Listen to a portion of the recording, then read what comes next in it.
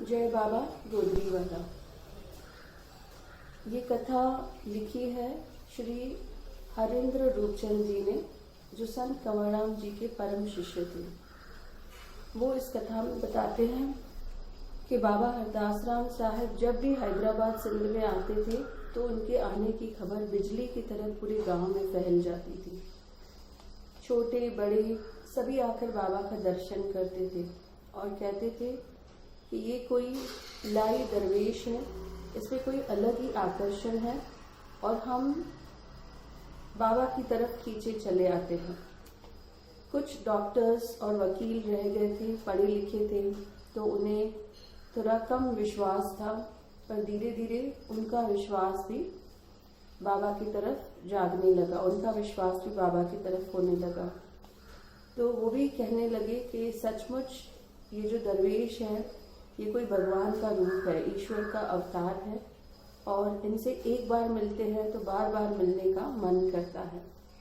तो बाबा जब भी हैदराबाद में आते थे वहाँ पर भाई प्रीतम दास थे, जो बहुत ही वहाँ पे प्रसिद्ध रागी थे और बाबा की सेवा में हमेशा हाजिर रहते थे। उनके घर के नज़दीक ब्रह्मो समाज का मंदिर था, वहाँ पर हमेशा सत्संग होता था। बाबा आते थे, काफ़ी लोग जमा हो जाते थे, संगत रहती थी, भीड़ जमा हो जाती थी और वहाँ पर धूमधाम से सत्संग किए जाते थे। उसी सत्संग में 3 हरिजन बाई भी टंडे वली मोहम्मद बस्ती से आते थे। तो उनके मन में बहुत इच्छा होती थी कि हम बाबा को अपने बस्ती में जो छोटा मंदिर है वहाँ पर हम बाबा को सत्संग करने के लिए कहें। तो आखिर तीनों भाइयों ने बाबा को निमंत्रण दिया अपने बस्ती में आने के लिए और बाबा से निवेदन किया कि बाबा आप हमारी बस्ती में आकर सत्संग कीजिए।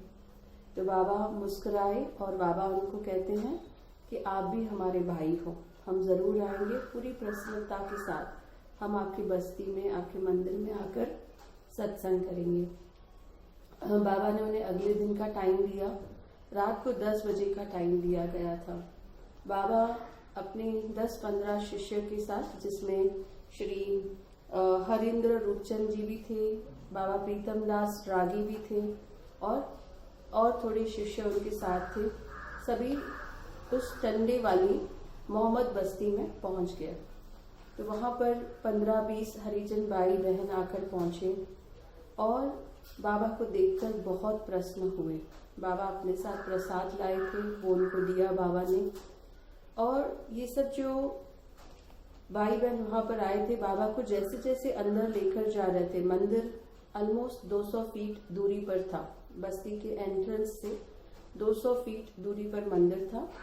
तो पूरे रास्ते पर उन्होंने लाल कालीन, जैसे कोई ब्रिटिश गवर्नर का स्वागत होता है रेड कारपेट से, वैसे उन लोगों ने लाल कालीन बिछा दी थी बाबा के स्वागत में।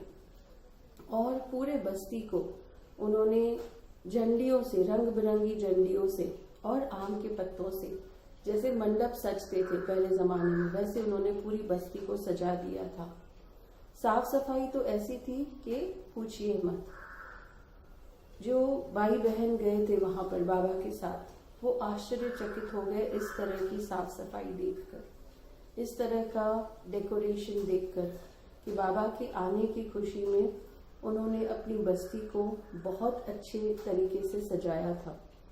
ये लेख दादा हरेंद्र रूपचंद जी ने अपने एक अखबार में लिखा है, वहाँ से ये लेख पढ़ रहे हैं। ऑलमोस्ट ये जो लेख है ये 80 बरस पुराना है, पर देखिए आज भी उस लेख को पढ़कर कितनी खुशी हो रही है कि बाबा के स्वागत में हरिजन भाइयों ने पूरी बस्ती सजा दी थी, पूरे बस्ती में साफ सफाई कर दी थी और पूरे उन्होंने रेड कालीन या लाल कालीन बिछाकर बाबा का स्वागत किया था। बाबा जैसे ही मंदिर के नज़दीक पहुंचते हैं तो वहाँ पर बाबा को पहले एक आसन पर खड़ा रहने के लिए बाबा को विनती की जाती है। बाबा उस आसन पर खड़े होते हैं और ये भाई बहन एक पात्र में पात्र लेकर आते हैं, बाबा को उसमें खड़ा करने के लिए कहते हैं और अब दूध और पानी से बाबा के चरण धोते हैं। और उसके बाद बहनें आती हैं, हरिजन बहनें, वो आरती की थाली लेकर आती हैं, उसमें फूल, कपूर और दूसरी धूप वगैरह थी, जोत थी और बाबा की आरती करते हैं।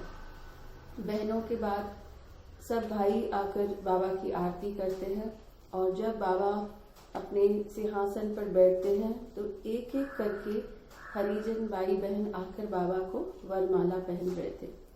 बाबा फूलों की माला पहन रहे थे, तो फूलों की माला जब पहन रहे थे, बाबा ने कहा कि पहले मेरी संगत को पहनो और फिर आप मुझे पहनो। तो वो संगत को भी, जो भी बाबा के साथ संगत थी, उनको भी वो फूलों की मालाएं पहनाई गई। अब इतना सब स्वागत देखकर बाबा की आंखों में आंसू आ गया। इतना प्यार हरिजन भाइयों का देखकर बाबा की आंखों से नीर बहने लगे। बाबा हरदास राम साहब ने वहां पर सत्संग शुरू किया। 10 बजे पहुंचे थे। 10 से 11 बाबा के स्वागत में टाइम हो गया, पता नहीं चला। 11 से 1 बजे तक बाबा ने वहां पर सत्संग किया, प्रवचन कहे, भजन कहे। 11 से 1 बजे तक बाबा ने सत्संग किया और रात को 1 बजे बाबा प्रीतम दास ने जो संगीत का समा बांधा, वहां पर बाबा सब कुछ भूलकर यकतारा हाथ में लेकर वहां पर नाचने लगे। बाबा को देखकर सभी हरिजन भाई भी सब मौज में आ गए। उन्होंने भी बाबा के साथ मिलकर सत्संग किया। आधी रात तक सत्संग चलता रहा और सब बहुत ही प्रसन्न हुए बाबा के दर्शन करके, बाबा के भजन सुन के, बाबा की कथाएं सुनकर, बाबा प्रीतम दास के भजन सुनकर सभी बहुत प्रसन्न हुए। और उसके बाद प्रसाद बांटा गया, जो बाबा ने लाया था वो प्रसाद बांटा गया। और हरिजन भाइयों ने भी मीठे चावल का प्रसाद बनाया था, वो भी सभी को बांटा गया। उसके बाद जब बाबा प्रीतम दास और हरेंद्र रूपचंद जब वापस आ रहे थे, वो कहते हैं कि आधी रात को उस समय में वहां पर रास्तों पर चलना बहुत डर लगता था, पर बाबा में कोई ऐसी शक्ति थी जो हमें बिल्कुल भी डर नहीं लगा। बाबा जब वहां से वापस आ रहे थे तो रास्ते पर उन्हें गणेश मिले, वो भी हरिजन भाई थे। वो कहते हैं बाबा को कि बाबा, हमारे अस्पताल के बाहर एक मैदान है, कल आप कृपा वहां पर आइए और 8 बजे आकर सत्संग कीजिए।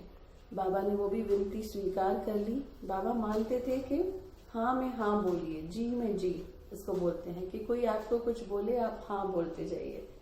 तो बाबा ने नेक्स्ट डे 8 बजे वहां पर सत्संग किया, 8 से 10 तक।